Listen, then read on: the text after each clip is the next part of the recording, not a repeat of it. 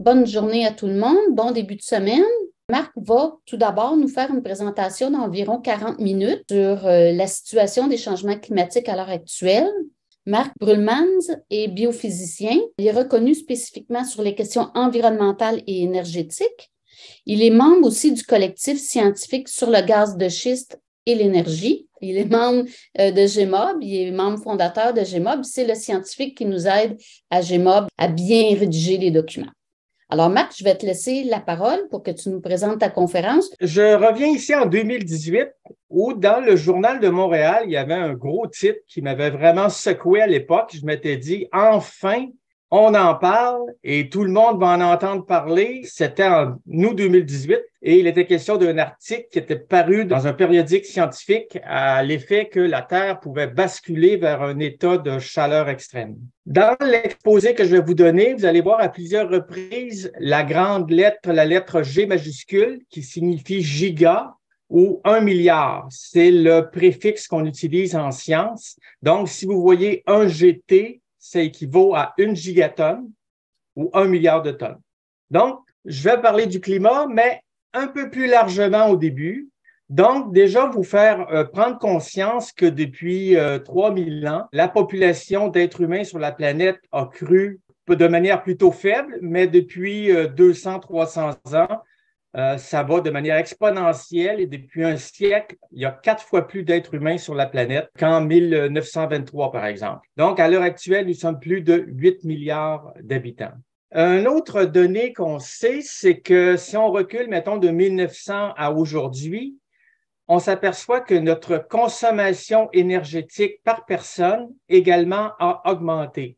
Donc, en 1920, on avait de l'ordre de 20 gigajoules, donc 20 milliards de joules par habitant par année. Et à l'heure actuelle, on est autour de 80 gigajoules. Et ce sont des valeurs qui sont importantes, qui correspondent à des puissances équivalentes qui sont importantes. À l'heure actuelle, c'est de l'ordre de 2500 watts. C'est comme si chaque être humain sur la planète actuellement dissipe 2500 watts. Évidemment, ce n'est pas son corps qui dissipe, parce qu'en général, c'est de l'ordre de 60, 100 watts, 400 watts lorsqu'on fait du vélo, par exemple.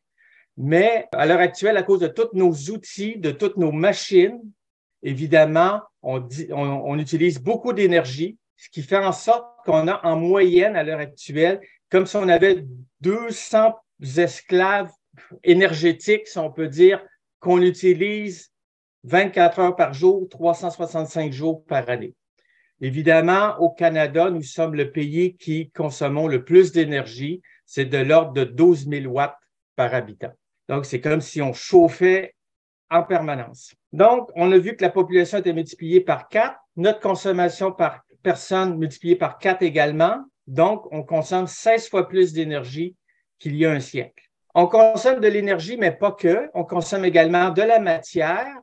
Ici, il y a une courbe à partir de 1990 et on peut voir que notre PIB, notre économie, dépend du flux de matière et qu'il n'y a pas de découplage comme on l'entend souvent. C'est-à-dire que pour avoir du PIB, on a besoin d'extraire des matières de notre planète. Et à l'heure actuelle, on arrive à un montant qui est de l'ordre de 80 milliards de tonnes des matières de notre planète. Donc, pour les quantités de matière que nous jetons, et on peut voir qu'on est de l'ordre de 120 milliards de tonnes. Donc, on jette encore plus que ce qu'on extrait. Évidemment, c'est parce qu'on consomme, par exemple, de l'oxygène pour brûler nos combustibles fossiles qui génèrent du CO2 qui est plus lourd que l'oxygène qu'on a retiré de l'atmosphère. Donc, juste pour vous signaler qu'on jette énormément et qu'on stocke également énormément. Et notre poids à l'heure actuelle sur la planète, c'est-à-dire tout ce qu'on a manipulé, tout ce qu'on a fabriqué, dépasse celui de tous les êtres vivants, donc toutes les espèces animales et toutes les plantes. C'est ce qu'on voit sur ce graphique ici. Donc, on peut voir que vers 2020, donc il y a quelques années, ou autour d'aujourd'hui, si on regarde la courbe en vert, c'est la quantité de biomasse qu'on a sur la planète, donc les plantes, les virus, nommez-les tous, eh bien, nos constructions excèdent cette masse-là. Donc, on voit tout de suite qu'on a un effet planétaire. Ici, on a une figure, je ne vous demande pas de trop vous y pencher, vous regarderez quand vous aurez plus le temps, mais ça reflète toute l'histoire de l'être humain depuis peut-être 20 000 ans, tout ce qu'on a extrait de nos sols et ce qu'on en a fait. Et on peut voir que, comme je vous l'ai indiqué tout à l'heure dans le petit truc en noir, en 2015, on avait 925 milliards de tonnes qu'on a fabriquées. Donc, il va falloir à un moment donné savoir comment en disposer parce que tout ça, ce n'est pas d'origine naturelle. Notre poids sur la planète, elle dépasse la capacité de support de celle-ci. C'est le concept d'empreinte écologique. Et en 2017, on consommait comme s'il y avait une planète, 73. Donc, on consomme 73% de plus que ce qu'il ne faudrait, que ce que la planète est en mesure d'absorber. À l'heure actuelle, c'est un peu plus, évidemment. C'est peut-être de l'ordre de 1,75 ou 1,8 planètes que nous utilisons à l'heure actuelle. Et ce qui a fait dire il y a déjà longtemps, parce que le concept d'empreinte écologique, elle date des années 70, et déjà là, il y avait eu des chercheurs du MIT qui avaient prévu que si on continuait à consommer de la même manière, puis compte tenu de l'augmentation de la population sur la planète, qu'il y aurait probablement un effondrement de la population vers 2030 à cause d'un manque de ressources, à cause de la pollution, etc. Et ce qu'on peut voir sur ce graphique-là, c'est que jusqu'en 2010, on suivait les courbes qui avaient été prévues par les modèles de ces chercheurs-là. Il y a eu un livre qui a été paru en 1974 qui s'appelle « Halte à la croissance », qui est encore d'actualité. Donc, est-ce qu'il y aura un collapse à venir? Peut-être pas en 2030, peut-être un peu plus tard, mais disons que ça nous pend au bout du nez. Revenons au climat, avec l'effet de serre, évidemment. L'effet de serre, c'est de la physique. Donc, on a des gaz qui sont dans l'atmosphère. Les trois principaux sont le gaz carbonique, le méthane, CH4, le protoxyde d'azote. Et on peut voir, ce sont des petites molécules avec des liens qui peuvent vibrer. Et les vibrations des atomes font en sorte de capter de la chaleur et de l'émettre. C'est ce qu'on appelle le rayonnement infrarouge. Donc, ici, il y a une figure qui a été publiée dernièrement dans le dernier rapport du GIEC et on peut voir que le solaire émet 340 watts par mètre carré dans la haute atmosphère. Il en arrive une certaine quantité sur la surface. La surface se réchauffe. Elle réémet de la chaleur qu'on dit latente ou de la chaleur sous forme d'infrarouge qui est interceptée par l'atmosphère, qui en renvoie sur la Terre et ce petit débalancement, c'est ce qu'on appelle l'effet de serre. Et ce que vous voyez complètement à gauche en bas, c'est le petit débalancement, 1 watt par mètre carré, donc une petite fraction de la lumière solaire qui nous atteint, qui est comme débalancée par l'effet de serre. Cet effet de serre-là est connu depuis longtemps, depuis 2 siècles. Ici, il y avait un physicien qui s'appelle Joseph Fourier, qui étudiait l'effet de serre avec des plaques de verre, etc. Et il s'était aperçu, comme d'autres avant lui autour de ces années-là, que si on chauffe ce qui est à l'intérieur de la serre ou de la petite boîte de verre, elle est plus chaude. Même en hiver, on peut avoir des températures de 40, 50 degrés Celsius, même si à l'extérieur, il fait moins 20, par exemple. Donc, les physiciens de l'époque avaient compris que c'était la chaleur qui était restée trappée par l'atmosphère ou par l'effet de serre, par les serres qui formaient dans leur laboratoire. En 1908, mais déjà en 1893, Svante Arrhenius, qui est, soit dit en passant, le grand-oncle de Greta Thunberg, lui avait déjà mis le doigt sur le fait que c'est la petite quantité de dioxyde de carbone ou de CO2 qu'il y a dans l'atmosphère qui pouvait changer au cours du temps dû à nos activités industrielles. Et ce qu'il disait, c'est que dans l'avenir, ça pourrait changer sensiblement à la hausse et que les latitudes qui sont nordiques seraient plus affectées que celles qui sont plus près de l'équateur. Donc, tous les calculs qui avaient déjà été faits là, en 1893 sont maintenant observés. C'est dû au CO2, comme je vous dis. En 2022, il y a eu le Global Carbon Project qui fait toujours son bilan annuel des quantités de carbone. Et on peut voir que depuis 1960, on émet de plus en plus de carbone à partir du charbon lorsqu'on le brûle. Pour le pétrole, même chose. Pour le gaz naturel, on a une belle montée qui est ininterrompue. Et on a tout en bas notre production de ciment qui génère également des émissions de CO2.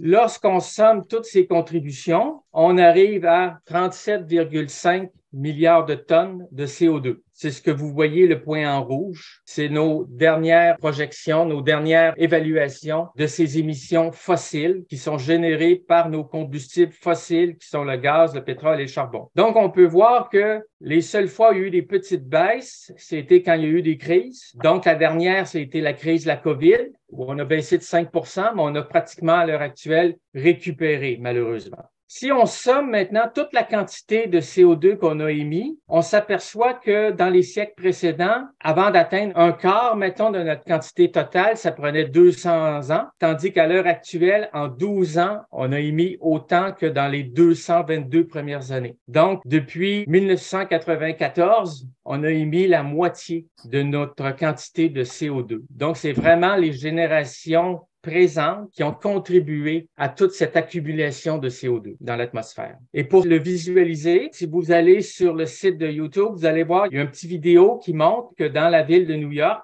sur un an, la quantité de CO2, si on l'envoyait, si c'était pas un gaz qui était invisible, mais c'était des espèces de sphères bleues, ben ça représenterait cette montagne-là au-dessus de l'île de Manhattan. Et juste pour comparer, le Québec émet un peu plus, évidemment, que la ville de New York. Et il faut se rendre compte que notre atmosphère est de petite taille. Et si on la ramenait à la forme d'une sphère, on s'apercevrait qu'elle ferait environ 1000 km de rayon. Donc, un peu comme l'ensemble de nos océans, notre atmosphère, c'est une petite sphère. C'est pas si grand qu'on le pense, là. Parce que l'atmosphère, quand on va dans la haute atmosphère, quand on arrive dans l'espace, c'est plus l'atmosphère, évidemment. Et il n'y a pas que les combustibles fossiles. Il y a également nos émissions de CO2 qu'on dit non fossiles, qui sont dues à l'affectation des terres. Par exemple, lorsqu'on coupe des forêts, comme lors de la dernière année, en 2022, on estime qu'il y a eu 6,7 milliards de tonnes de CO2 qui ont été générées par la déforestation. Donc, on a empêché le stockage de carbone. Il y a eu des feux, des incendies, donc des feux de tourbe qui ont rajouté encore 0,8 milliards de tonnes. On a planté, heureusement. Donc, quand on fait le bilan complet, on se retrouve avec 4 milliards de tonnes de CO2 de plus de nos émissions fossiles. Donc, on peut voir que depuis 1970, ça varie d'une année sur l'autre, mais c'est grosso modo de l'ordre de 4 milliards de tonnes. Donc, on avait tantôt 36 milliards de tonnes, on en rajoute 4, on arrive à 40 milliards de tonnes. C'est la courbe que vous voyez ici en rouge. Donc, nos émissions de CO2 continuent d'augmenter. Les émissions de CO2 sont très inéquitablement réparties. Donc, historiquement, quand on regarde qui est responsable des changements climatiques, il y a les États-Unis, la Chine, la Russie, le Brésil et le Canada qui arrivent au 10e rang. Donc, ce qu'il faut quand même mettre en perspective, c'est que si on ramène ça en termes de population, le Canada est premier ou deuxième selon la manière dont on calcule ça, c'est-à-dire que par capita, on est peu nombreux, mais on est mis beaucoup historiquement, donc on est responsable au premier chef de ce réchauffement planétaire. Si on regarde maintenant en termes de revenus, il y a une étude de l'Oxfam en 2015 qui a comme sonné vraiment les cloches de tout le monde. Ils se sont aperçus que les 50 % les plus pauvres sur la planète émettaient en moyenne 1,6 tonnes de CO2 par habitant, alors que le pourcent le plus riche, c'était 50 tonnes. C'était une première estimation, puis on voyait tout de suite que c'est comme si une personne riche émettait 30 fois plus de CO2 que les personnes plus pauvres. Une étude récente dans la revue Nature de 2022 montre que ce rapport-là serait plutôt de l'ordre de 80. Évidemment, plus le temps passe, on dirait que plus les inégalités augmentent. C'est comme si une personne dans le 1% plus riche, ça équivaut peut-être à 200 000 $ ou peut-être encore moins que ça, 100 000 $ par année, eh bien, émet comme 80 personnes plus pauvres. Et quand je dis plus pauvre, c'est pas le plus pauvre des plus pauvres, c'est 50 % des personnes les plus pauvres. Et il y a eu un rapport qu'on appelle le World Inequality Report qui démontre que le top 1%, donc le pourcent des personnes les plus riches, émettrait, si on tient compte de l'ensemble des GES, 70 fois plus que les 50 % les plus pauvres. Et quand on somme toutes les personnes les plus riches, on arrive à 17 % du total de CO2. Et quand on regarde les 50 % les plus pauvres, c'est 12 % du total de GES. Donc, on peut voir que le 1% génère plus de GES que le 50% le plus pauvre, et de manière vraiment là, nette. Là. Donc, on voit tout de suite que ça nous éveille sur la situation de cette inéquité et de plus en plus, je pense que les gouvernants se rendent compte qu'il va falloir attaquer ce problème-là de la richesse en quelque sorte. Et cette richesse-là, au début, dans les années 90, on trouvait, c'est la courbe en bleu, qu'elle était surtout due à l'inégalité entre les pays. C'est à savoir que, par exemple, en Haïti, évidemment, c'est pas les États-Unis, donc ils consomment moins, ils émettent moins de CO2. Mais là, on se rend compte de plus en plus que cette inégalité, elle est intra-pays, si on peut dire. Donc, c'est la courbe qui est en rouge. On voit que depuis 2007, il y a de plus en plus d'inégalités à l'intérieur même d'un pays. Autrement dit, les riches deviennent des super riches et les pauvres continuent à être pauvres. Donc, ce problème d'inégalité, à quoi il est dû? Il y a des études maintenant plus fines. Ici, il y en a une sur le Royaume-Uni où ils étudient justement les 50% les plus pauvres. C'était quoi leur consommation énergétique? Est-ce que c'est dû à l'utilisation de l'automobile, etc.?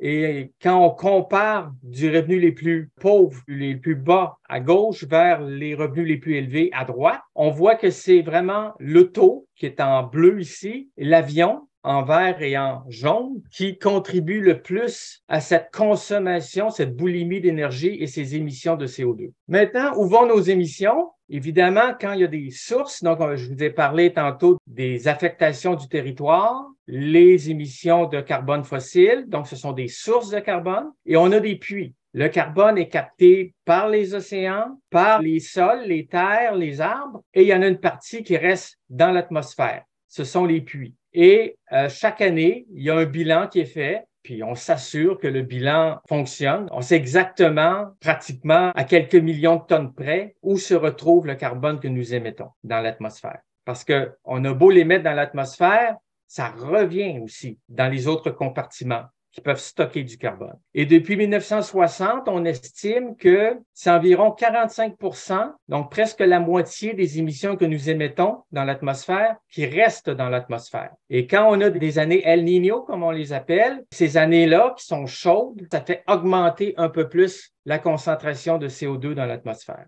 Et si on regarde, on a le même pourcentage de carbone trappé dans l'atmosphère, mais puisque nous émettons plus de carbone, plus de CO2, ben depuis 1960, on a quadruplé nos émissions de CO2 qui sont restées trappées dans l'atmosphère. Donc, on a des variabilités naturelles d'une année sur l'autre, mais comme on peut le voir, la tendance est quand même très nette, c'est que à l'heure actuelle, on laisse dans l'atmosphère environ 20 milliards de tonnes de CO2 par année. Donc, on retrouve l'atmosphère ici représentée en bleu. Dans la lithosphère, on a toutes nos énergies fossiles et il y a un flux de carbone vers l'atmosphère. C'est ce qui est représenté par la flèche. Et du côté des océans et des sols, bien, on s'aperçoit qu'il y a un peu plus d'émissions vers l'atmosphère que de puits. Donc, on voit que l'atmosphère est débalancée. Et c'est ce qu'on voit également dans cette espèce d'analogie de la chaudière ou du bassin ou de la baignoire, c'est que nos puits de carbone peuvent séquestrer environ 19 milliards de tonnes, mais on en émet 40. Donc, évidemment, l'eau dans la baignoire augmente.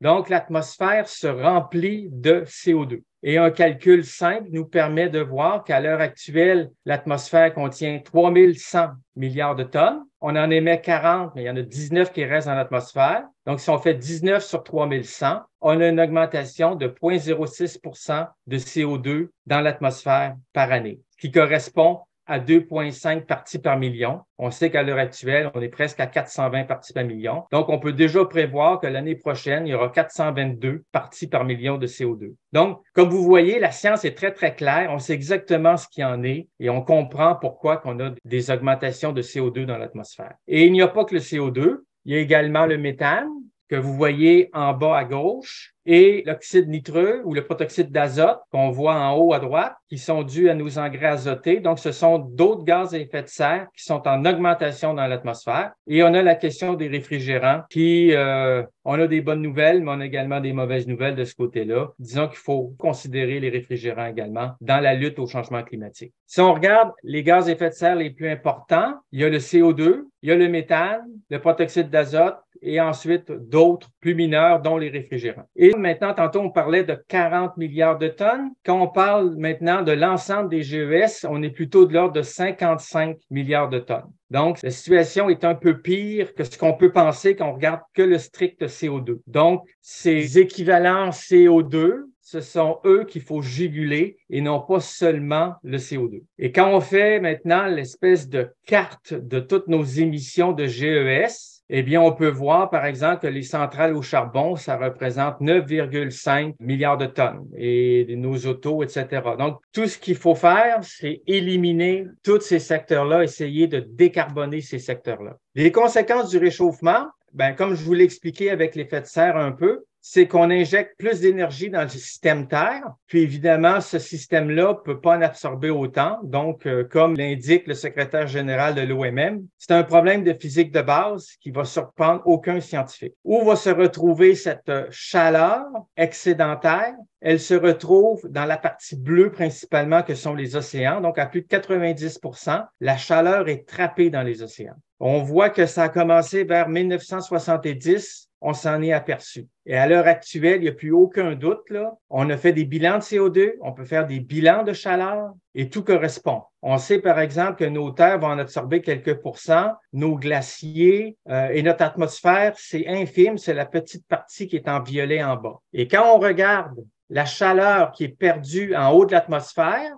eh bien, on s'aperçoit que ça correspond à toute la chaleur qui est trappée en dessous de l'atmosphère. Donc, notre bilan de chaleur est correct. C'est la courbe qui apparaît ici en rouge, là. Elle est vraiment, là, c'est mesuré par des satellites et on peut voir qu'elle correspond à toute la chaleur qui a été accumulée dans les autres compartiments. Cette chaleur-là, évidemment, comme je vous dis, il y en a une certaine partie dans l'atmosphère et on peut voir que depuis 1850, la température de l'atmosphère, globalement sur la planète, elle a augmenté et surtout à partir de 1975, on le voit nettement, ça augmente et puis en 2022, c'est de l'ordre de 1,2 degrés centigrades depuis, on appelle ça la période pré-industrielle. Ça a augmenté d'environ 1,2 degrés. Pour les gens qui n'aiment pas les graphiques, ici, on a comme un drapeau, si on peut dire, où on peut voir les années les plus froides en bleu et les années les plus chaudes en rouge. Et on peut voir que les dernières années, ce sont celles les plus chaudes. Pour 2022, il y a des zones en bleu qui sont un peu plus froides que la moyenne. Et il y a des zones, en général, presque partout, c'est plus chaud. Donc, en Sibérie, l'année dernière, c'était très chaud. Si on regarde le Canada, c'était mitigé. Évidemment, ça dépend d'une année sur l'autre. Il y a des variabilités. Donc, il ne faut pas toujours se fier à une seule année. Mais disons que pour une année qui était l'Aninia, on s'aperçoit que l'année 2022 a été globalement très chaude. Si on compare maintenant la période 93-2022, à quelle vitesse la planète se réchauffe, on s'aperçoit que dans la façade atlantique aux États-Unis, ça se réchauffe beaucoup. Dans le nord de l'Europe, une bonne partie de l'Europe centrale. Et il y a des parties encore en bleu qui se refroidissent. Et là, les gens, il y a toujours des sceptiques qui disent « Ah, ça se refroidit près de l'Antarctique, là, ça se refroidit, donc il n'y a pas de problème. Au sud du Groenland, ça se refroidit. » Sauf que tout ça, il y a des explications. Il y a des explications pour l'Antarctique qui sont dues au remplissement de la couche d'ozone. Il y a à l'Inde, la pollution par les centrales au charbon est telle que ça empêche un certain réchauffement de la planète à cause des aérosols.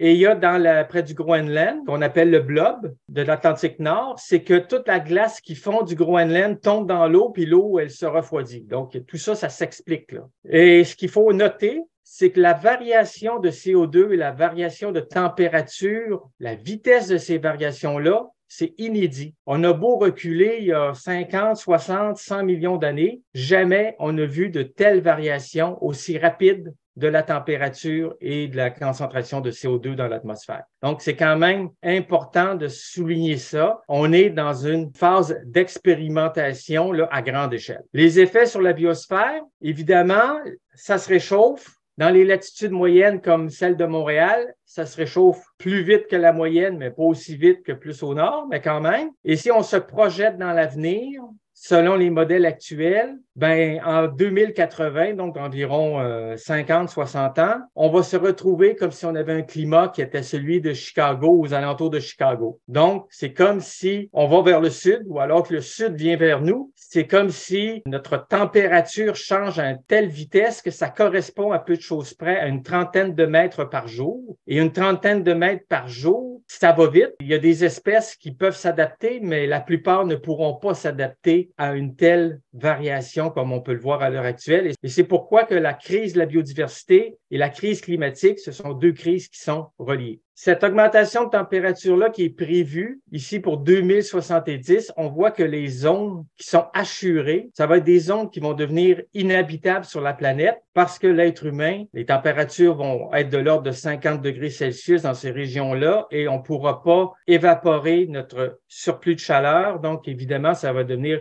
des zones qui vont devenir inhabitables et donc on prévoit environ 3 milliards de déplacés. Les migrations, on n'a pas fini d'en entendre parler. Il y a d'autres conséquences de l'augmentation de température au niveau du sol, c'est les plantes. Les rendements photosynthétiques des plantes, malgré le fait qu'on va avoir plus de CO2 dans l'atmosphère, vont décroître, ce qui va faire en sorte que nos écosystèmes ou notre productivité va décroître au fur et à mesure que la température moyenne va augmenter. Et dans ce graphique-ci, on peut voir selon la latitude que ce qu'on a comme productivité de nos plantes, c'est la courbe qui est en bleu. Elle va diminuer au cours des prochaines décennies. Elle pourrait même être 2 fois moins grande autour de l'équateur. Donc, nous, on est quand même un peu chanceux. Ça va être des diminutions peut-être de l'ordre de 20%. Mais on peut voir que globalement sur la planète, il est faux de prétendre que notre agriculture va mieux se porter dans les décennies à venir. Un autre exemple des changements climatiques, c'est le fait qu'une grande capitale comme Jakarta, 10 millions d'habitants, ben, ils ont commencé à déménager parce qu'ils vont être submergés par les eaux. Donc, on prévoit ça pour 2030, 2040, 2050. Mais déjà maintenant, il y a des parties des quartiers de la capitale qui sont sujets à des inondations. Et en plus, la ville s'enfonce, fait que les deux phénomènes ensemble font en sorte qu'il faut déménager. Et comme la plupart des gens sur la planète vivent à basse altitude, évidemment, il y aura énormément de migration à venir et beaucoup de pertes économiques. Si on vient au budget carbone, là, on a vu qu'on émettait beaucoup de CO2 et là, on peut savoir, à partir de certaines courbes, certaines données, que plus on va émettre du carbone, plus le réchauffement planétaire à venir va être important. Et là, ici, il y a un graphique qui montre à peu près à quelle quantité. Donc, pour 1 degré Celsius de réchauffement, ça correspond à 1800 milliards de tonnes de CO2. À l'heure actuelle, sur le graphique, on voit ce qu'on a déjà émis dans l'atmosphère, donc 2450 milliards de tonnes. Et combien qu'il nous reste pour un budget de 1,5 degré? Une petite fraction de rien du tout. Et pour un budget de 2 degrés, c'est la partie qui est en vert pâle, de l'ordre de 900 milliards de tonnes. Donc, si on représente un peu ce budget-là, eh bien, on s'aperçoit que pour le budget de 2 degrés, celui de 1,5 degré, je n'en parle plus parce que pour moi, il est déjà dépassé. C'est parce qu'à cause de nos infrastructures, on a déjà des milliards de tonnes de CO2 qui sont engagés. Donc, si on prend 3400 milliards de tonnes comme budget pour 2 degrés Celsius, il y en a 2600 qu'on a émis, il y en a 800 milliards d'engagés, il n'en reste plus pour les générations à venir. Donc, on voit que c'est plate à dire, mais soit toutes les futures générations vont devoir se serrer la ceinture, ou soit on va dépasser le budget de 2 degrés Celsius. Et c'est pour ça que depuis longtemps, il y a des chercheurs qui ont établi des courbes pour avoir notre budget carbone. Donc, si on a un budget carbone, ça correspond à l'air sous la courbe. Donc, plus on attend pour réduire nos émissions de CO2, ben plus il faudra les réduire rapidement, d'où le titre de ma conférence, « Plus dur sera la chute ». C'est que si on regarde, mettons, en 2016, c'est la courbe en bleu, on aurait pu se permettre d'amoindrir cette chute-là, puis d'aller jusqu'à 2045. Mais si on attend en 2025, la courbe en rouge, ben on voit qu'à l'intérieur de 7 ou 8 ans, il va falloir réduire à néant toutes nos émissions de CO2. Plus dur sera la chute. Et il y a des calculs qui sont faits pour tenir compte des inéquités, etc.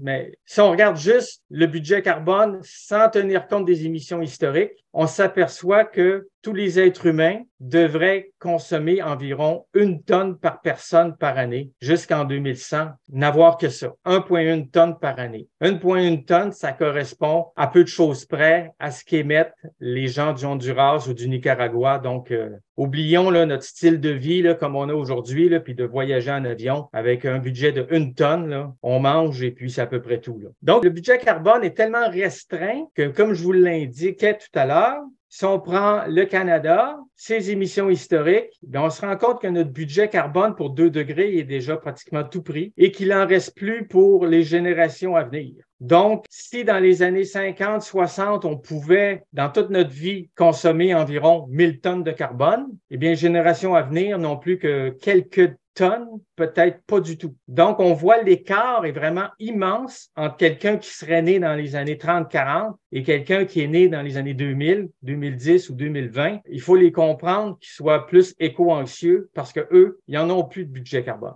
Maintenant, les solutions technologiques qu'on nous propose, on nous parle beaucoup des émissions négatives, c'est-à-dire des moyens de séquestrer du carbone. Et ça, on en a parlé beaucoup autour de l'accord de Paris. Et là, il y a eu des chercheurs, surtout des économistes, qui se sont dit, mais notre budget carbone, oui, il n'est pas si grand que ça, mais si on a des émissions négatives, on pourra se permettre d'émettre plus d'émissions de CO2, puisqu'on va en séquestrer à partir d'un certain moment. On parle souvent de l'horizon 2050, qu'on va se mettre à séquestrer du carbone. Ce qui fait en sorte que, au lieu d'avoir une coupure un peu plus dure sera la chute, ben, on amortit la chute. Sauf que cette façon de voir est un peu trompeuse. Et ce qui fait que les budgets carbone, même par le GIEC, ont été augmentés de l'ordre de 800 milliards de tonnes par ces artifices-là de comptabilité carbone qui font en sorte qu'il y a presque au moins une vingtaine d'années, donc une génération qu'on se donne. On se dit, bon, écoute, on pourra encore faire durer le plaisir 20 ans de plus, sachant qu'on va séquestrer. Donc, c'est ce qui est représenté ici encore, là. C'est comme si en 2040, tout devait être fini, mais non, on va continuer puisqu'on peut séquestrer du carbone. Mais à l'heure actuelle, il y a un rapport qui vient tout juste d'être émis et qui montre que quand on fait de la reforestation, je l'ai montré tout à l'heure, c'est de l'ordre de 2 milliards de tonnes. Donc, c'est ce que vous voyez en gris ici sur la diapositive. Donc, en gris, 2 milliards de tonnes. Et ce qu'on réussit à séquestrer à l'heure actuelle, c'est ce qui apparaît en jaune. Donc, avec le biochar et d'autres techniques, eh bien, c'est quelques millions de tonnes. On la voit à peine, là. C'est un petit truc de rien du tout qui correspond pas à ce qu'il faudrait qu'on fasse. Est-ce qu'on va être capable d'aller plus vite? Ben, j'en doute. Et comme d'autres scientifiques, ici, tu as Kevin Anderson, en 2016, disait déjà que ce qu'ils avaient fait à l'accord de Paris, c'était l'équivalent d'ajouter une autre planète. Et c'est à peu de choses près. C'est ce que les gens essayent de faire, c'est de faire une autre planète. Donc, on va planter énormément d'arbres pour faire une autre planète. Mais ça marche pas comme ça. Je vous l'ai indiqué tout à l'heure, peut-être que les arbres vont moins bien pousser et peut-être aussi qu'on peut pas non plus faire pousser des arbres partout, là. Et il y a le sol aussi qu'il faut tenir compte. Il y a les gens qui parlent aussi, ben, on va passer au solaire, on va faire de l'hydroélectricité, on va utiliser des énergies renouvelables. Et si on regarde de 1990 à 2018, eh bien, en termes d'énergie qui s'est produite sur la planète, 91% en 1990 était produit par des énergies fossiles. En 2018,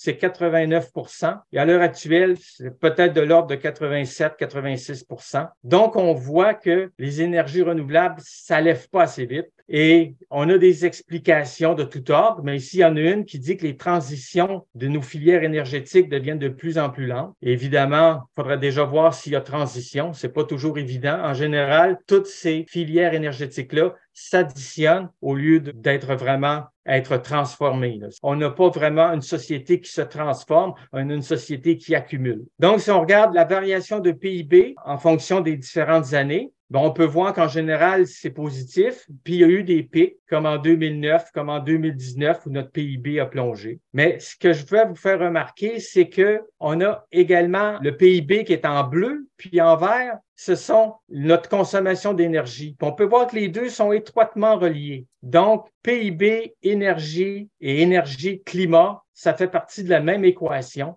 Et ce qui fait un peu peur dans ce graphique-là, c'est que ça va en descendant. C'est comme si c'était de plus en plus difficile d'avoir de la croissance et on peut se demander si économiquement il y aura encore de la croissance au fur et à mesure que ça va devenir difficile de produire des grandes quantités d'énergie. Il va falloir vraiment arrêter de consommer autant, il va falloir réduire notre consommation d'énergie. Ce graphique-là le montre. Si on regarde les variations de CO2 sur la planète, ça va en augmentant la plupart du temps. Puis, il y a eu, par exemple, lors de la pandémie, une chute de 5 mais il y a eu le rebond post-pandémie qui est de l'ordre de 4-5 Il y a eu la Seconde Guerre mondiale. Il y a eu la Grande Dépression, les chocs pétroliers. Mais on voit que toutes ces crises-là, c'est momentané. Ça dure une année, puis ensuite, pouf, on revient à la normale. Il faudrait, pour vraiment lutter contre le réchauffement planétaire, qu'on se retrouve avec une pandémie comme celle de la COVID-19 en 2020, une fois, puis en 2021, une autre pandémie, puis une autre pandémie, puis une autre pandémie à chaque année pour qu'on puisse s'en sortir. Les scientifiques, qu'est-ce qu'ils disent? Il me reste pour peut-être 5 minutes. En 2003, Hubert Reeves disait qu'on était engagé dans une gigantesque expérimentation, mais contrairement à l'expérimentateur dans son laboratoire, nous ne pouvons pas arrêter le déroulement de l'expérience. Nous sommes dans l'éprouvette, non seulement nous, mais aussi nos enfants et petits-enfants. Donc, on parle souvent du concept de « on est dans notre vaisseau spatial », là, mais la Terre, c'est notre vaisseau, on n'en a pas d'autre. Ça, c'est en 2003, il y a 20 ans. En 2011, lorsque la planète a atteint son 7 milliards d'habitants, Hubert Reeves avait été interviewé par Céline Galipeau et il disait que l'espèce humaine est fragile. C'est un primate. Les espèces qui durent, c'est celles qui vivent en harmonie avec la nature, ce qui n'est pas vraiment notre cas. Fait qu'il était plutôt pessimiste. Il dit il va falloir qu'on s'associe et qu'on agisse ensemble pour éviter de disparaître. En 2011, David Suzuki disait « L'air que nous respirons est beaucoup plus important que l'économie ». Ça a complètement passé dans le vide. À cette époque-là, on parlait plus de gaz de schiste que de l'économie ou de l'air qu'on respirait, là. Mais c'est juste pour... Lui, voyait vraiment que l'économie, c'est pas vraiment une science. On a juste à revoir l'économie autrement et à arrêter de tout mettre nos œufs dans la sacro-sainte économie. En 2013, dans mes conférences, je signalais déjà qu'il y avait trop de carbone dans l'atmosphère, qu'il y en avait 10 fois plus de carbone dans nos projets de pétrole, de gaz et de charbon, et qu'il y avait encore 100 000 fois plus de carbone dans le sous-sol que dans l'atmosphère, et que la conséquence, c'était qu'il ne fallait pas toucher au carbone sous nos pieds. En tout cas, pour un scientifique, il n'y a rien de plus clair. C'est comme 2 plus 2 font 4. Là. C'est ça, la boîte de Pandore, c'est ce qu'on a dans le sous-sol, puis il faut arrêter de creuser. Et c'est pour ça que quand il y a des projets de sable bitumineux, il faut s'y opposer. Quand il y a des projets de pipeline, il faut s'y opposer, etc. Un autre physicien, un climatologue, Kevin Anderson, un Anglais, qui disait que les lois de la physique s'appliquent depuis 13 milliards d'années, donc depuis le début de l'univers, et qu'on comprend ce qui se passe. Tandis que les modèles économiques ne permettent pas de rien prévoir, de rien prédire. C'est pas une science, c'est juste une construction éphémère. Mais il se demande comment ça se fait qu'on en tient autant de considération de cette économie-là, cette sacro-sainte économie. En 2018, un ancien du GIEC qui était vice-président, Vanny Persel, un Belge, il disait « La survie de l'humanité et des écosystèmes doit devenir une priorité politique à tous les niveaux du pouvoir. Tous devraient se sentir aussi concernés que si nous étions en guerre ou engagés dans une course pour la vie. Parlons de survie, là. Et il n'est pas le seul à parler de survie, là, parmi les scientifiques. En 2021, un climatologue allemand, Kjell Nuber, qui était conseiller pour Angela Merkel, disait que si on continue sur la voie actuelle, il y a un très grand risque que nous mettions fin à notre civilisation. L'espèce humaine survivra d'une manière ou d'une autre, mais nous détruirons tout ce que nous avons construit autour des 2 derniers millénaires. Donc, c'est des phrases qui sont quand même lourdes de sens. Ici, Glenn Peters, un Norvégien, un climatologue encore, il dit « Le problème du climat va être résolu quand tout le monde va arrêter de brûler des combustibles fossiles et de couper des forêts. » C'est clair, c'est net, c'est précis, sauf que ça fait des années que ces climatologues-là le disent, ils savent plus sous quelle langue le dire, ils savent plus comment le dire, et on en arrive à un point où des climatologues, encore là, font des blogs avec des images comme celle-là pour nous indiquer que l'heure est grave, qu'il est minuit moins 1, minuit moins 2, puis qu'il n'y a rien qui bouge encore. Mais je vous invite quand même à consulter leur blog parce que c'est vraiment des spécialistes du domaine, mais c'est très bien écrit, puis ça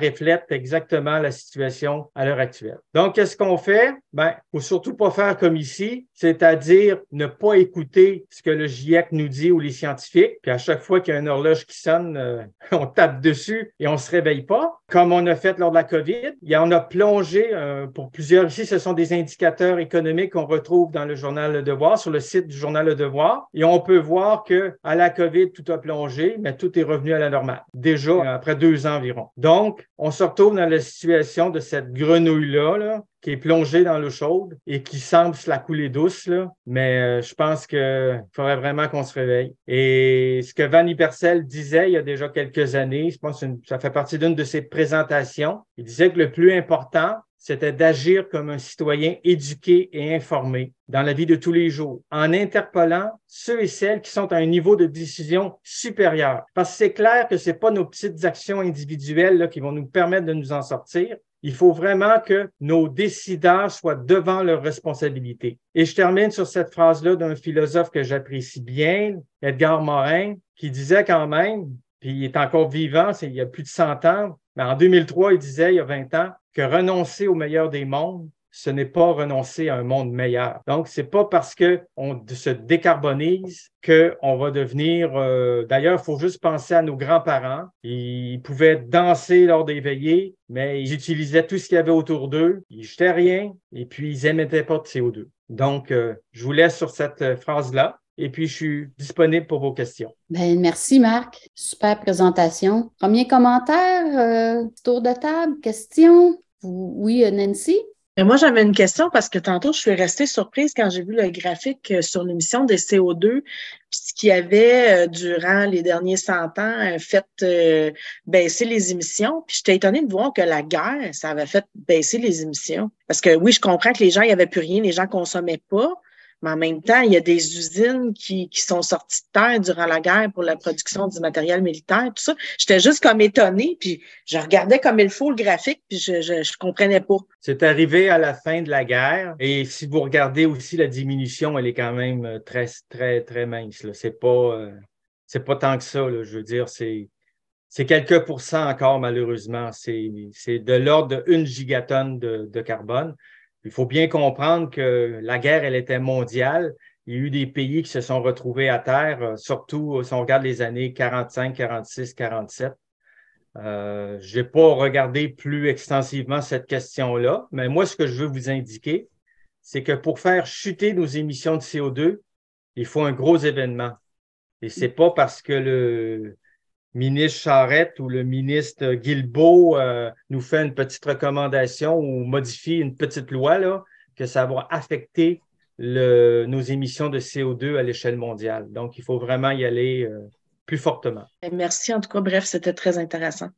Jacques Tétrault. Moi, ce qui m'étonne tout le temps, c'est de voir que nos politiciens sont toujours à essayer de nous culpabiliser, nous, le petit monde en bas, là. Puis on se rend bien compte que nos petits efforts individuels, tu l'as dit textuellement, ça va pas suffire à régler le problème. Il faut vraiment qu'on y aille de façon large. Ça va prendre du courage politique, hein. Je regarde les voyages en avion qui, après la pandémie, tout le monde, c'était quoi la première réaction qu'il y avait? Ben, j'ai hâte de recommencer à aller dans le sud, là, tu sais, parce que les avions, ils circulaient plus. Puis tout le monde trouvait ça bien correct, bien normal, même que les gouvernements ont subventionné les compagnies aériennes pour qu'ils réussissent à survivre, malgré qu'on savait que c'était une composante majeure là, des gaz à effet de serre. Puis il n'y a toujours aucune compensation qui est exigée de la part des voyageurs. Tu le sais, Marc, moi, je plante des arbres pour compenser les gaz à effet de serre, puis je me dis, s'il y avait sur le billet d'avion là, une compensation obligatoire, tu veux y aller dans le sud, ben, c'est correct, vas-y dans le sud, là, mais paye tes pots cassés. Moi, c'est un peu la façon que j'ai de réagir avec mes propres enfants qui, et des fois, me trouvent fatigué un peu, là, tu sais, dire, regarde, arrête, là. Non, vas-y dans le sud, tu veux y aller, mais paye tes pots cassés. Apprends à être conséquent avec tes gestes.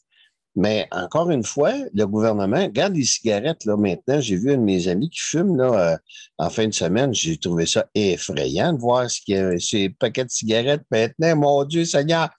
Mais pourquoi faire pas la même chose avec les grands émetteurs pollueurs que sont nos voitures ou les voyages en avion?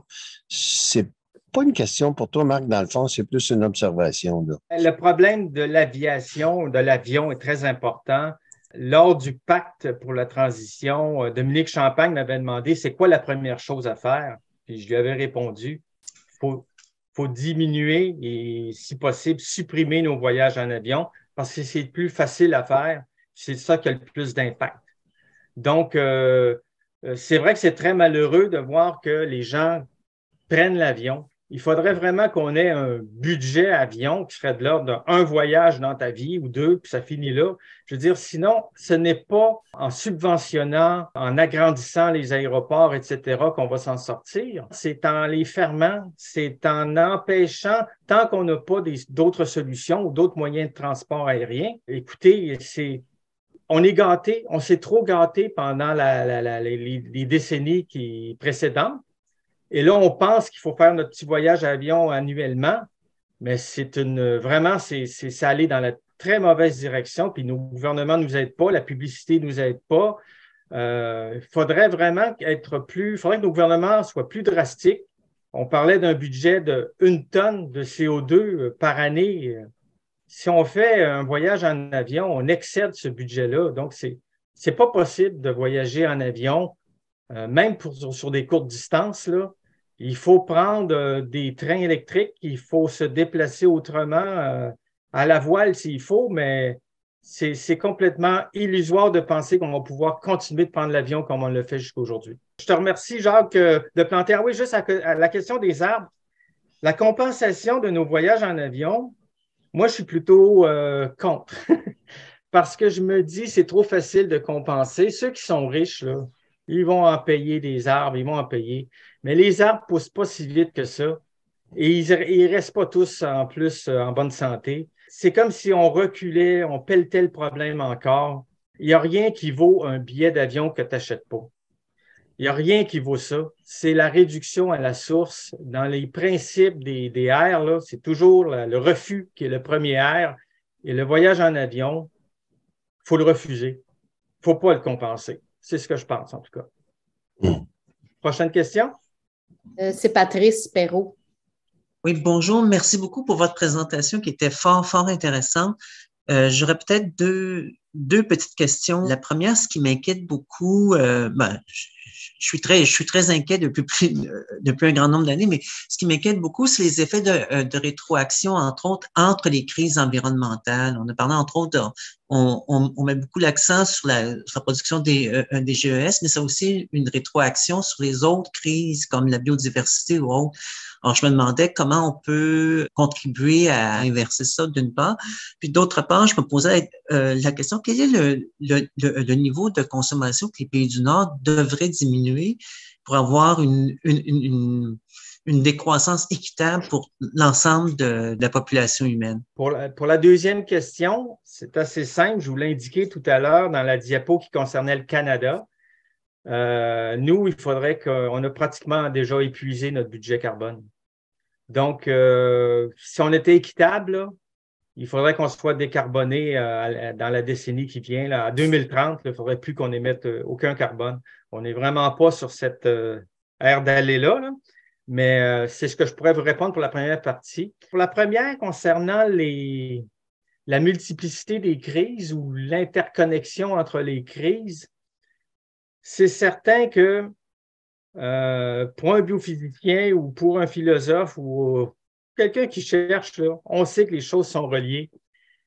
Et c'est certain que tout ce qui concerne la biosphère, tout ce qui a de l'impact sur la biosphère va finir par nous rejoindre d'une manière ou d'une autre. Des problèmes de santé, des problèmes de migration, des problèmes de tout ordre. Et quand on touche une variable physique aussi importante que la température ou la pression atmosphérique, ce sont des choses, des paramètres qui vont toucher tous les êtres vivants d'une manière ou d'une autre. Et quand je parlais d'adaptation, ben c'est la même chose. On pense qu'on peut s'adapter à tout, là, c'est complètement faux, là. Et on essaye toujours de revenir à la normale. Quand je vous ai montré les courbes avec la COVID du journal Le Devoir, on voit que notre propension naturelle, c'est revenir à la normale, le principe de l'homéostasie. Mais à l'heure actuelle, c'est que là, on ne s'est pas rendu compte que petit à petit, on avait mis le feu dans l'atmosphère est en train de nous réchauffer, puis tous ces phénomènes-là, ça va durer encore des siècles, parce que quand l'océan est réchauffé, ça va être difficile là, de faire baisser sa température. Ça va vraiment prendre des siècles. Donc, le mieux, là, pour répondre aussi aux questions précédentes, ce serait vraiment qu'on trouve un moyen au niveau international là, pour vraiment fermer la switch des énergies fossiles. Ça, on n'y touche plus. On se serre la ceinture, puis on se rebâtit une nouvelle société qui est décarbonée, puis en essayant de faire attention, évidemment, aux autres êtres vivants autour de nous, qui nous servent de branche sur lesquelles on vit, là. Si on n'avait pas d'agriculture, si on n'avait pas d'autres êtres vivants, puis même des bactéries et des virus dans nos sols, là, on ne vivrait pas. Donc, il faut prendre conscience de tout cela. Et quand tu prends conscience vraiment de l'ensemble de la situation, eh bien, on devrait être un peu plus prudent puis se dire, hey, arrêtons là, de bouger puis de s'agiter dans toutes les directions, là. Revenons à l'essentiel, revenons à la base. Merci. Florence, ensuite Daniel. Moi, je voulais revenir sur la notion de séquestration du carbone. C'est la première fois que j'entends parler de cette solution temporaire, mais en fait, je la comprends vraiment pas. Comment on fait ça pour séquestrer du carbone? Puis ensuite, quand c'est séquestré, il faut bien le relâcher à un moment donné. Donc, enfin, en tout cas, on l'élimine pas, on le séquestre. Ça fait qu'à un moment donné, je sais pas si on le stocke quelque part, comment ça fonctionne physiquement, mais il va bien falloir le relâcher à un moment donné. Fait qu'on fait juste retarder le problème. En tout cas, je sais pas, je la comprends pas, cette solution-là. Ah, c'est évident que la séquestration du carbone, elle peut se faire sur quelques décennies. Par exemple, si on bâtit une maison avec du bois, on a stocké du carbone dans la maison. Tant qu'on ne brûle pas la maison avec le bois qui est contenu, le carbone est séquestré. On peut aussi séquestrer du carbone dans des roches profondes, donc des roches basaltiques, par exemple. Et là, on espère que la roche va le garder pendant des siècles. Ce qu'on fait aussi, surtout les compagnies pétrolières et gazières, ils prennent du carbone, du CO2, et ils le mettent dans des anciennes poches dans le sous-sol rocheux. Et là, ils le gardent là avec un bouchon, si on peut dire. Puis on espère que pendant les prochaines décennies, le bouchon ne va pas perdre. Donc, ça, c'est une autre séquestration du carbone. Tous ces procédés-là sont valides pendant un certain nombre d'années, mais le pire dans tout ça, c'est qu'on n'a pas compris, ou les gens, la plupart n'ont pas compris que pour en arriver à séquestrer autant de carbone que ce qu'on a émis dans l'atmosphère, ça va nous prendre une économie telle que ça va correspondre finalement à toutes les infrastructures pétrolières, gazières qu'on a bâties sur la planète, bien, qu'à l'intérieur d'une décennie ou deux, on met tout ça en action pour pouvoir séquestrer autant de carbone. Je n'y crois pas, puis comme je vous l'ai montré dans une des diapos, c'est qu'à l'heure actuelle, tous les projets pilotes, ça joue avec quelques milliers de tonnes, là.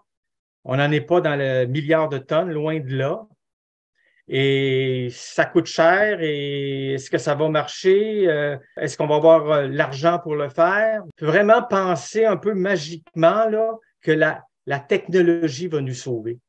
Et à l'heure actuelle, tout ce qu'on a pu voir, c'est que la technologie, elle ne nous a pas sauvés sur la question climatique. Au contraire, elle nous a enfoncés. Mais bon, il ne faut pas non plus dire qu'il n'y a rien de bon, mais la séquestration géologique, c'est comme si on était tellement dans nos dernières extrémités qu'on est obligé de faire des pieds et des mains pour le faire. Sauf que si on prend tout notre argent pour ça, on n'en a plus pour l'adaptation, on n'en a plus pour avoir une certaine résilience face aux événements. Donc, c'est-à-dire réformer notre économie, tenir compte des disparités entre les populations. Il y a des gens plus pauvres, il va falloir s'en occuper. On a des problèmes de santé, etc. Il faut, écoute, la question du malaria, c'est encore une question. La question du sida, c'est encore une question. Est-ce qu'on va laisser tomber toutes ces questions-là pour séquestrer du carbone? En tout cas, pensez-y bien. OK. Daniel, ensuite Patrice en deuxième tour. Je suis rendu un peu dans l'adaptation, là. Parce que là, j'ai comme compris qu'on n'y arriverait pas avant 2030, donc il faut commencer à penser à des mesures d'adaptation. Puis là, je me disais, je t'écoutais parler, Marc, tantôt, puis j'entendais, ben, faudrait qu'on diminue par exemple, ici, notre consommation à celle des pays du Sud où ils consomment presque pas, là, presque. Moi, j'essaie de m'adresser, par exemple, là, à tout le monde en général, mais sur une base aussi individuelle, là, en plus du collectif. Comme, est-ce qu'il y a des applications, des choses comme ça qui existent pour que les gens puissent calculer leur consommation quotidienne ou annuelle pour s'aider à dire, bon, ben là, attention, là, je suis dans le rouge, tu sais, on parle de budget, là, de consommation d'énergie, puis qu'on pourrait mettre à la disposition de la population. Est-ce qu'il y a des sites Internet qui peuvent nous équiper là-dessus pour avoir un accompagnement là, presque au quotidien? Parce que il va falloir aussi qu'on travaille autant sur la base individuelle que collective là, sur les décideurs politiques. Il existe déjà, même en langue française, peut-être une dizaine de calculateurs de notre empreinte carbone. Il y en a même certains qui calculent même l'empreinte écologique. Donc, c'est assez facile à trouver et on répond à une dizaine, une vingtaine de questions et puis on en arrive au constat que oui, on émet 4, 5, 6, 10, 15 tonnes de carbone par année. Mais une fois que ce constat-là est fait, là, il faut agir. Oui, c'est ça. Donc, il faut ne plus utiliser notre automobile. Pour certains, ça peut être facile, mais pour d'autres, plus compliqué. Et c'est là que je dis que tant qu'on n'a pas alerté suffisamment nos décideurs pour qu'ils bougent, pas qu'ils fassent semblant de bouger, mais qu'ils bougent, on aura beau utiliser le calculateur à tout bout de champ, on va juste se décourager plus qu'autre chose. La solution, ils sont assez simples à trouver, là. C'est pas si compliqué que ça, là. Faut pas émettre de CO2, puis on sait d'où vient le CO2. Donc, il y a des guides qui existent. Il y en a un du RVHQ, là. Je pense encore à mon ami Jacques, là. On en avait un. Ça le disait quoi faire. Et puis, je pense que c'est à la portée de tout le monde qui veut. Mais la volonté, là, ça manque surtout à nos dirigeants. Des gens je vous entends là, puis vous me semblez quelqu'un qui veut bien faire. Mais il faut qu'on vous aide. Il faut qu'on vous aide, puis pas avec des calculateurs. Il pourrait avoir, au lieu d'avoir de la pub d'auto là, à la télévision, ou des émissions qui servent à rien, ou je ne sais pas, moi, il y a toutes sortes de métiers sur la planète, puis ici au Québec, là, on ne fait pas exception, là, que je me dis, mais qu'est-ce que ça vient faire là-dedans? On est dans un état d'urgence, puis on continue de faire comme si de rien n'était. C'est ça qu'il faut qu'on change. Il faut qu'on change de direction. Et on aura beau parler de carbone ou etc. Non, il faut qu'on change complètement de direction. Donc, l'économie, on fout ça à terre. Nos façons de voir, là, il faut qu'ils deviennent beaucoup plus respectueuses de notre environnement. Et tant qu'on n'arrive pas à cet état d'esprit-là, on va continuer de perdre notre temps. Excusez-moi d'être un peu sévère, mais c'est ce que je pense. Merci pour votre réponse. C'est exactement ça, Marc, qu'on va faire le 21 février en Montérégie. Je vais en parler tantôt. Exactement, oui. On va les interpeller, les décideurs. Je vais reprendre Patrice en deuxième tour et Jacques Tétrault ensuite. Parler de nos dirigeants, il y a un discours qui m'inquiète de plus en plus. J'entends de plus en plus parler de géo-ingénierie et j'ai comme l'impression qu'ils vont nous vendre ça comme étant la solution la plus souhaitable, alors qu'elle suscite chez moi beaucoup de craintes. Pouvez-vous apporter un commentaire à ce sujet-là, s'il vous plaît? La géo-ingénierie, il y en a de tout ordre, évidemment. Il y en a des plus folles que d'autres, mais moi, j'ai l'impression qu'un pays comme la Chine pourrait tenter des expériences comme ça avant longtemps, à une relativement grande échelle, parce qu'ils commencent à avoir des moyens économiques, là, je parle, et scientifiques également. Moi, je comprends vos craintes et je pense qu'il va y avoir des effets adverses qui risquent d'être importants. C'est comme n'importe quel médicament qu'on met sur le marché, là. On pense que ça va guérir la maladie, mais des fois, ça occasionne bien des problèmes, puis parfois, c'est pire. Fait que, moi, c'est sûr que j'ai des doutes parce que je ne pense pas que la solution, elle va venir de la technologie ou de la géo-ingénierie. Mais je pense que ça va être difficile d'empêcher qu'il y ait des tentatives dans ce sens-là. Et s'il advenait qu'il y a quelque chose qui fonctionne et qui nous permette de manière vraiment établie d'empêcher un seuil de bascule dans le climat, eh bien, on va être pris avec ça, puis il va falloir en subir les conséquences. Mais là, on aura ajouté une couche de plus dans l'expérimentation humaine à grande échelle. Donc, est-ce qu'on va se permettre de mettre toutes les générations à venir dans cette expérience-là qui pourrait tourner mal? Est-ce qu'il faut que ça tourne mal, puis plus ça va tourner mal vite, mieux ça sera pour l'avenir de la planète? Ça aussi, c'est des questions qui sont hors de mon expertise, là, mais qui se posent. Puis je pense que là, on aurait besoin de philosophes, là. C'est des philosophes qui pourraient nous éclairer sur des questions comme la géo-ingénierie. OK. Merci, Marc. Jacques Tétrault, ensuite Jacques Benoît. Et Jacques, ton micro n'est pas ouvert. Oui, je m'excuse, mais il y avait Jean-Paul qui avait la main levée désespérément avant moi. Oui, exactement. Oui, Jean-Paul, excuse-moi, Jean-Paul. Vas-y, Jean-Paul. Ben, moi, c'est une question, pas un commentaire. Ma question, c'est est-ce que c'est possible de développer un peu plus sur les impacts de ce que ça va apporter pour le Québec? On m'a dit à un moment donné que le Québec serait une des régions les plus touchées à travers le monde. Je ne sais pas si c'est vrai. Et puis, dans quelle sorte d'impact, de conséquences on peut penser que ça va avoir dans 30 ans d'ici sur notre mode de vie, sur notre... Alors, ça, c'est un peu ma question. L'autre, c'est le commentaire, c'est que il me semble que j'ai bien compris que nos efforts individuels, il ne faut pas les laisser de côté, mais l'espoir d'un changement véritable va venir de nos gouvernements par des décisions politiques qu'ils vont prendre. Le problème que je vois, c'est que tout ça, le changement, il faudrait qu'il est lié à des décisions qui vont être économiques. Et actuellement, c'est l'influence forte, je pense, du refus du changement vient au fait que ça a trop d'impact sur le système économique actuel. Alors, il y a des intérêts financiers importants qui sont en jeu et les politiciens, souvent, sont au service de ces politiques financières. Alors, puis les politiciens sont là souvent pour 4 ans.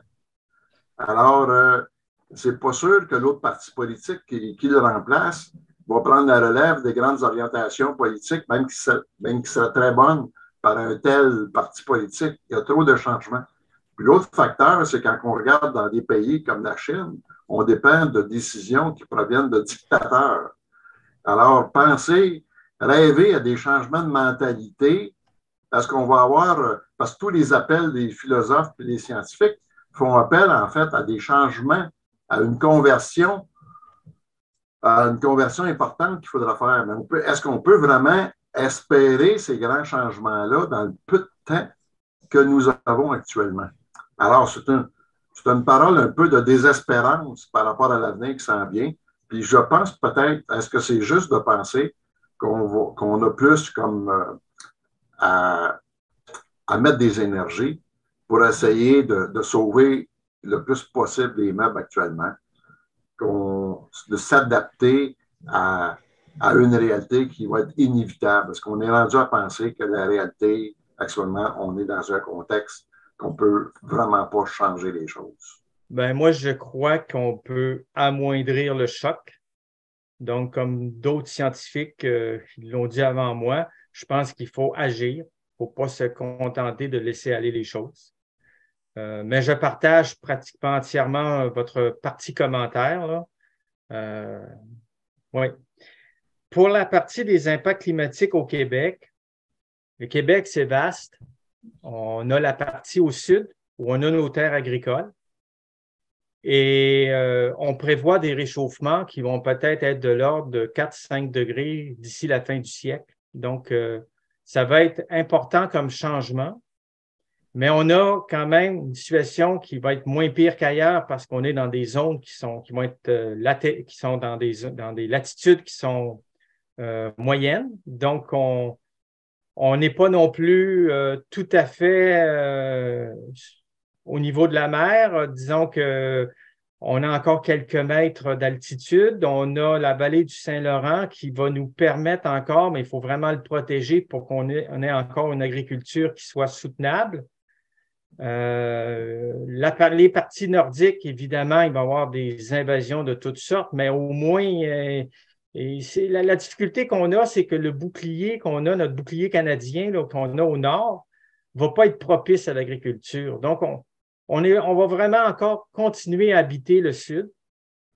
Et le sud, ben, c'est pas si grand que ça. Donc, on va se retrouver avec des populations importantes qui vont venir des États-Unis ou d'ailleurs. C'est ce que je prévois. Est-ce que ça va être catastrophique? Je pense qu'on va vivre encore peut-être mieux qu'ailleurs, mais est-ce qu'on va vivre mieux? Je ne crois pas qu'on va vivre mieux si on ne change pas notre fusil d'épaule, comme je le disais tout à l'heure, si on n'a pas une meilleure vision de ce qui arrive, de ce qui se passe, de ce qu'il faudrait faire. Au niveau de l'éducation, on a encore beaucoup de croûte à manger, je crois. Il faut revenir à la base. Et pour ce qui est du climat, bon, on aura peut-être un peu plus de précipitations. Je ne vous apprendrai rien si je vous dis qu'il y aura de moins en moins de stations de ski, que les patinoires ouvertes comme il y avait quand j'étais jeune, j'allais toujours patiner dehors. Ça va être de plus en plus difficile. Il va y avoir des redoux de plus en plus fréquemment, des tempêtes de vent de plus en plus importantes. Tout ça est déjà prévu. Puis si vous consultez un site comme celui d'Ouranos, vous avez une multitude de rapports qui font état des conséquences dans les prochaines décennies là, pour la situation du Québec. Mais je vous brosse un portrait très rapide. Il me faudrait plus de temps pour en discuter. OK. Jacques Tétrault, est-ce que ça te va si je passe Jacques Benoît en premier tour de parole? On va changer un Jacques pour un autre, c'est correct. Je te reviens tout de suite après. Oui. Je voulais juste peut-être donner un exemple de Marc tantôt parlait de métiers qu'il considérait comme étant un peu inutiles. Je voudrais rappeler, il y a quelques années, quand Haïti avait vécu un tremblement de terre effroyable, au niveau mondial, on avait évalué que ça aurait pris 9 milliards de dollars d'aide investis par tous les pays pour être capable d'aider Haïti à s'en relever. Après quelques mois, peut-être un an, on disait qu'on avait réussi à accumuler 3 milliards sur ces 9 milliards-là. Mais dans les semaines qui ont suivi cette annonce-là, on annonçait du même souffle que Wall Street venait de verser ses bonus à ses agents et c'était de l'ordre de 49 milliards de dollars en bonus. Alors, moi, je me disais, c'est pas des revenus de Wall Street, c'est des bonus. Ils ont déjà leur salaire, puis en plus, ils reçoivent en bonus 49 milliards de dollars. Quand Haïti a besoin de 9 milliards pour surmonter un pays au complet, on n'est pas capable d'accumuler plus que 3 milliards, globalement, pour l'ensemble des pays, on s'entend que Wall Street, ce n'est pas l'ensemble des pays.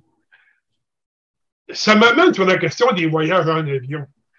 C'est un monde-là, 49 milliards, j'imagine qu'ils font quelques voyages en avion dans l'année. Absolument et assurément. Puis, je suis sûr qu'ils ne gênent pas pour prendre l'avion qui dure une demi-heure ou une heure pour se rendre à leur chalet. Ça m'amène à dire, c'est bien une forme de dire qu'on va demander aux gens qui prennent l'avion de compenser à travers le prix des billets d'avion pour être capable de... Ça veut dire qu'eux autres, là, par exemple, je prends juste ce monde-là de Wall Street, ils n'auront aucun problème à compenser, ça ne leur pèsera pas bien lourd au niveau sur le bras de payer plus cher pour être capable de prendre l'avion. Ceux qui vont en subir les conséquences, ça va être ceux qui n'ont pas beaucoup d'argent et qui, par exemple, je pense dans certains cas, des familles qui se sont expatriées de leur pays et qui, une fois par 2 ans ou par 3 ans, vont revisiter leurs parents ou leurs grands-parents dans les autres pays. C'est eux autres qui sont pas beaucoup, qui souvent ne sont pas nécessairement fortunés, qui vont se mettre de l'argent de côté pendant quelques années pour être capables de payer ce voyage-là. C'est eux autres qui vont souffrir. pas les autres. Les autres, ils vont continuer à s'en payer régulièrement. Jean-Marc Jancovici, qui est du Shift Project, une gang qui surveille toute la question du climat en France, lui, il dit, sur ces questions-là, il y a deux façons d'intervenir. C'est soit au niveau du prix, soit au niveau des quantités. Alors, effectivement, ce sont les deux moyens sur lesquels on peut intervenir. Mais on s'entend qu'il n'y en a pas un des deux qui peut faire la job tout seul. Parce qu'au niveau du prix, ceux qui ont de l'argent vont toujours pouvoir se le payer. Puis au niveau des quantités, ben, c'est pas tout le monde qui a tout à fait les mêmes besoins. On s'entend, oui, théoriquement, là, mais il y a peut-être des gens qui peuvent avoir un peu plus de besoins pour certaines raisons. Parfois, souvent, des raisons de santé. Donc, alors, faut une combinaison des deux. Puis encore là, tant il y a aussi longtemps qu'on ne gardera pas en tête que l'objectif, c'est de réduire à zéro la consommation, ça ne sert à rien. On mettra n'importe quoi de l'avant. Si on continue de produire, ça ne changera pas grand-chose. Ça va juste retarder l'événement. Oui, Jacques, il y a des choses faciles. Ce que j'avais dit à Dominique Champagne par rapport à l'avion, ça me semblait facile à mettre en œuvre. Il y en a une autre qui m'apparaît facile maintenant, après avoir lu beaucoup de rapports sur les inéquités entre les hauts revenus et les bas revenus. C'est mettre un ticket modérateur pour ces gens-là, ça me semble essentiel. On veut réduire, mettons, il faudrait réduire nos émissions peut-être de l'ordre de 5 % par année. Si on empêche le 0,01 % des plus riches de voyager en avion, là, on vient de gagner un an. Si on empêche, par exemple, tantôt, je vous ai mentionné que le pourcent le plus riche, c'était 17 % de nos émissions de CO2 à l'échelle de la planète. Ça en fait des réductions à venir, cela. Là. Puis c'est pas tant de personnes que ça. Là. Je veux dire, à un moment donné, tu entends des gens qui veulent partir, pas en avion, mais en fusée, là, puis développer le tourisme spatial. Ce genre de choses que les gouvernements devraient se mettre ensemble puis dire moratoire, on empêche ça, interdiction, il n'y en a plus question. Je veux dire, ça me semble possible, là. On parlait d'émettre des taxes à la Tobin à une certaine époque, là. Mais là, moi, je pense que oui, le signal prix, c'est important, mais comme tu l'as si bien dit, Jacques, pour ces gens-là, ça ne va rien changer. Parlons pas de compensation, ils vont en faire un moyen de se faire de l'argent avec ça, la compensation. Fait que non, je pense que c'est, à un moment donné, je suis plutôt d'accord avec Jean-Marc Jancovici, c'est que il faut avoir on parlait de ticket modérateur, mais allons-y plus fort, là, on va parler d'un ticket de rationnement, là. On va se rationner, puis pas plus, tu as droit à un voyage, que tu sois riche, pauvre, etc., à moins que tu aies une fonction quelconque ou on pourrait toujours essayer de ne pas être trop drastique, mais plus ça va, puis on n'aura pas le choix d'être drastique d'une manière ou d'une autre. Ou on va tous subir de plein fouet les crises climatiques à venir, avec les crises sociales qui vont les accompagner, ou alors il y aura des gouvernements de plus en plus responsables qui vont mettre la hache dans ces idées de voyage spatial ou en avion en répétition pour aller rencontrer, faire un meeting ailleurs, là, ou peu importe, là, parce qu'on a 10 usines délocalisées sur tous les continents. Là. Non, il faut... C'est le genre de choses que, une fois que tu connais la question du climat, tu deviens un peu plus près de Greta, puis tu peux la comprendre, d'être parfois là, assez acerbe, puis de se dire, c'est quoi ces gens-là qui nous gouvernent? C'est quoi ces adultes-là qui ne sont pas capables de comprendre le bon sens? Mais juste pour revenir à la question de la réduction des gaz à effet de serre, moi, en tout cas, la piste des plus riches, là, je la trouve de plus en plus intéressante parce qu'elle serait facile à mettre en œuvre. C'est sûr qu'ils ne seront pas contents. C'est sûr qu'ils vont essayer de trouver des entourloupettes. Mais il me semble qu'à l'heure d'aujourd'hui, tu prends un avion, il faut être ton passeport. Ben, c'est la même chose.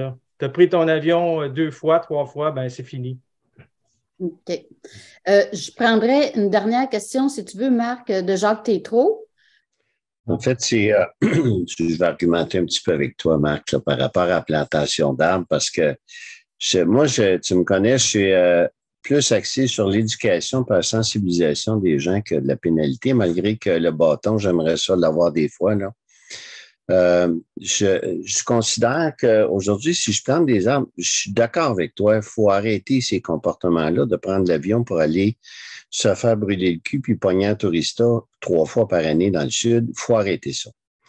Mais ça fait 50 ans qu'on démocratise ces voyages-là, qu'on les paye quasiment. Là. Tu sais, c'est fou, là, ça coûte vraiment pas cher. Tu t'en vas à Las Vegas, tu as des forfaits, là, tu te dis, mais comment ils font pour arriver de ça pas d'allure? Mais moi, là, maintenant, je travaille la résilience des sociétés sans qu'ils s'en rendent compte, là, en plantant des forêts nourricières. Parce que j'étais un petit peu comme Harvey Mead était, puis là, je vois que tu bascules un peu dans son clan aussi, Marc, là. Il était défaitiste au point de dire, il y a 15 ans, il disait que c'était fini, on passe à d'autres choses, là, la race humaine va disparaître. Mais dans les plantations d'arbres, mon objectif, il est multiple. Il est de sensibiliser les gens. À partir du moment où il va y avoir de plus en plus de gens qui vont être sensibilisés au fait que quand ils prennent l'avion, ben, ils créent des dommages, ben, on progresse. Pas assez vite, j'en conviens, là, mais on progresse. La deuxième des choses, c'est que quand on plante des arbres fruitiers, des arbres à noix, des arbres fruitiers indigènes, là, je ne parle pas d'arbres qui nécessitent des soins à n'en plus finir, ben, on prépare la résilience. Moi, je dis souvent aux gens, vous savez, des glands de chêne, on n'en mange pas là, parce que IGA nous nourrit trop bien. Mais peut-être qu'un jour, on va trouver ça bon, manger des glands de chêne, parce que ça se mange, là, c'est comestible.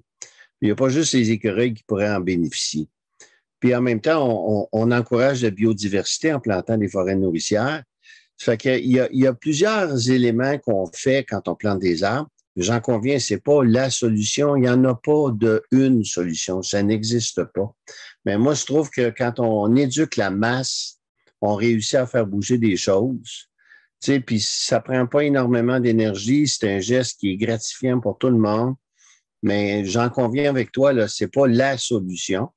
Mais, tu sais, les graphiques que tu montres, la captation carbone des arbres, récemment, à l'ITAQ à Saint-Hyacinthe, il y avait une journée d'orientation sur le développement stratégique, la vision stratégique. J'ai été très étonné de voir que la majorité des enseignants à l'ITAQ sont conscients du fait que l'agriculture industrielle telle qu'on la connaît, on s'en va dans un cul-de-sac avec ça, là. Et financièrement et écologiquement, on s'en va vers un cul-de-sac. On le réalise, il y a de moins en moins d'agriculteurs, ils sont de plus en plus gros, de plus en plus endettés, de plus en plus ils se suicident aussi. Alors, il y a toute une connaissance, une éducation qu'on doit continuer constamment à faire. On n'arrête jamais d'éduquer le monde. Nous autres même, on n'arrête jamais d'en apprendre. La preuve, regarde, on est là à t'écouter, Marc, là. Fait que ça, en conclusion, je te dirais que planter des arbres, pour moi, c'est pas un geste ultime. C'est un parmi une panoplie de choses qu'il faut faire. Puis c'est pour ça que je vais continuer pareil, Marc, là. OK. Écoute, Jacques, permets-moi de te répondre que c'est tout à fait correct de planter des arbres et que j'encourage des entreprises comme la tienne. Il faut planter des arbres. Il faut s'en occuper. On est dans la nature. On garde la forme. C'est tout positif. C'est juste que je voulais empêcher de prendre l'avion avant. C'est juste ça. Ouais, c'est ça. Oh, non, mais on se rejoint, Marc. Il n'y a pas de problème. Dans les solutions biologiques, on parle du pastoralisme, de l'agro-tourisme, etc. Il y a moyen d'avoir une agriculture puis une culture également de nos forêts qui est beaucoup plus respectueuse et puis qui permet de capter du carbone. Il n'y a aucun doute là-dessus. Il va falloir y retourner. Et c'est peut-être une façon en attendant de faire mieux. Et ça serait bien que tu aies encore d'autres entreprises comme la tienne, que tout le monde s'y mette. Ça serait une bonne chose. Peut-être que Justin Trudeau arrivera à ses fins un jour. Mais c'est juste que je ne veux pas que ça soit un dédouanement. Je veux que ça vienne une façon de vivre.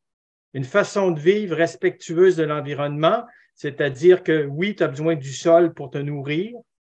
Une fois que tu t'es nourri, que tu t'es vêti, que tu t'es transporté à proximité, à pied de préférence ou en vélo, je veux dire, de quoi a-t-on besoin? On n'a pas besoin de tant de choses que ça, là. C'est juste qu'on a été submergé depuis un siècle d'une quantité de produits phénoménale. On a des besoins, chaque génération a des besoins supérieurs à la génération qui l'a précédée. Et c'est ça qu'il faut vraiment revoir. Des voyages en avion ou des discussions sur la compensation carbone des voyages en avion en plantant des arbres, il y a 50 ans, on n'en parlait pas parce que le problème était moins là. Et c'est ça qu'il faut revenir. Il faut revenir à une situation d'équilibre entre les différents réservoirs de carbone et il faut essayer de revenir à une concentration de 350 parties par million de CO2 dans l'atmosphère. Donc, on a énormément de travail à faire. Mais le plus simple, comme je l'ai indiqué dans mes dernières diapositives, arrêtons d'émettre du CO2, d'extraire du gaz, du pétrole et du charbon. Ça va déjà être un bon début. Et tant que nos gouvernants sont sensibles au lobby de ces compagnies-là, que ce soit Total ou que ce soit un autre, là, malheureusement, on est pris à avoir des discussions comme on a à l'heure actuelle. J'ai hâte d'arriver à vraiment on parle de transition énergétique, il faudrait parler de transition écologique, mais il faudrait même ne pas parler de transition écologique, il faudrait parler de transformation écologique, de transformation de pensée. Et ça, Einstein le disait déjà. Là. Einstein, là, je recule il y a loin. Là. Einstein disait que tant qu'on ne pensait pas différemment, on arriverait au même point. Là. C'est clair. Là. Donc, il faut changer de direction. C'est tout ce que j'ai à dire. Je ne sais pas s'il y a d'autres questions, mais... C'était juste, Joanie, si oui. vous acceptez, parce que Joanie, en dernier tour, je la prendrai, puis après ça, on termine vraiment. En fait, c'était simplement pour faire du pouce sur ce que M. Tétrault disait. C'est ce qu'on fait, nous, les organismes communautaires. Hein. C'est de l'éducation populaire par, entre autres, le biais de reforester les zones défrichées, faire la promotion de tout ça. Hein. L'éducation populaire, ben, c'est notre moyen d'aller chercher les citoyennes et citoyens pour dire il faut s'impliquer, il faut participer à ce mouvement-là, à cette guerre-là pour l'environnement, pour la justice climatique et sociale. Donc, c'était pour faire du pouce là-dessus. Ben, c'est sûr que l'éducation populaire, ça doit commencer par là. Il faut que les parents, les enseignants et les petites organisations qu'on dit sur le terrain, là, sur le terrain social, là, il faut qu'ils continuent, mais c'est difficile parce qu'ils ont peu de moyens, puis ils font face à des entités qui sont colossales, pour prendre un mot de notre ministre de l'Environnement, là, colossalement plus importantes que celles dont elle dispose. Donc, c'est cette espèce d'inéquité-là qui est difficile à défaire, mais je respecte les gens qui font avec ce qu'ils ont et qui essaient, là. Mais il faut vraiment qu'il y ait une transformation à plus grande échelle. Donc, tout le milieu éducatif est à revoir, à toutes les strates là, du primaire. Puis comme je vous dis, là, il y a bien des choses qui ne devraient pas exister et qui existent à l'heure actuelle. On est malheureusement rendu une société un peu sophistiquée et on a perdu un certain instinct de survie. Et c'est un peu plate, mais j'ai l'impression, puis je vous ai montré les scientifiques, là, j'aurais pu faire toutes des citations de scientifiques depuis 50 ans. Et là, on est rendu dans une situation où les scientifiques sont rendus eux-mêmes comme des chevreuils épeurés sur le bord de la route quand ils sont éclairés par des phares d'automobile. On est rendu là, c'est qu'on est dans la dernière extrémité et je trouve ça dommage que ceux qui peuvent ne s'en rendent pas compte. C'est plutôt ça, parce que ce soit pour Jacques ou pour vous, Joanie, je comprends que vous faites avec ce que vous avez, Mais à un moment donné, je ne sais pas si c'est avec les syndicats ou avec des partis politiques, il va falloir que ça résonne plus haut et plus fort. Je terminerai là-dessus. Je vous remercie tout le monde. Merci, Josée. Merci beaucoup, Marc. Vraiment, c'est super intéressant. Tu ne peux pas savoir comment on apprécie ton intervention puis l'échange qu'on a eu après, vraiment. Je remercie tout le monde. Puis, évidemment, la TROVEP, c'est de l'éducation populaire autonome. Donc, une fois qu'on a compris les enjeux, il faut passer à l'action. Ce qui fait qu'on va vous inviter le 21 février d'aller interpeller une de nos décideurs politiques en Montérégie, qui est Suzanne Roy, la ministre responsable de la Montérégie et ministre de la Famille du gouvernement de la CAQ. Donc, on va aller à son bureau, puis je vous envoie le tract et la trousse de mobilisation que, justement, Joanie vient tout juste de terminer pour la TROVEP. Merci, Joanie. Donc, on va vous envoyer ça, puis on espère de se retrouver beaucoup de monde là-bas. D'ailleurs, la CSN va être là. Donc, effectivement, on essaie de s'allier les syndicats, Marc, pour te dire.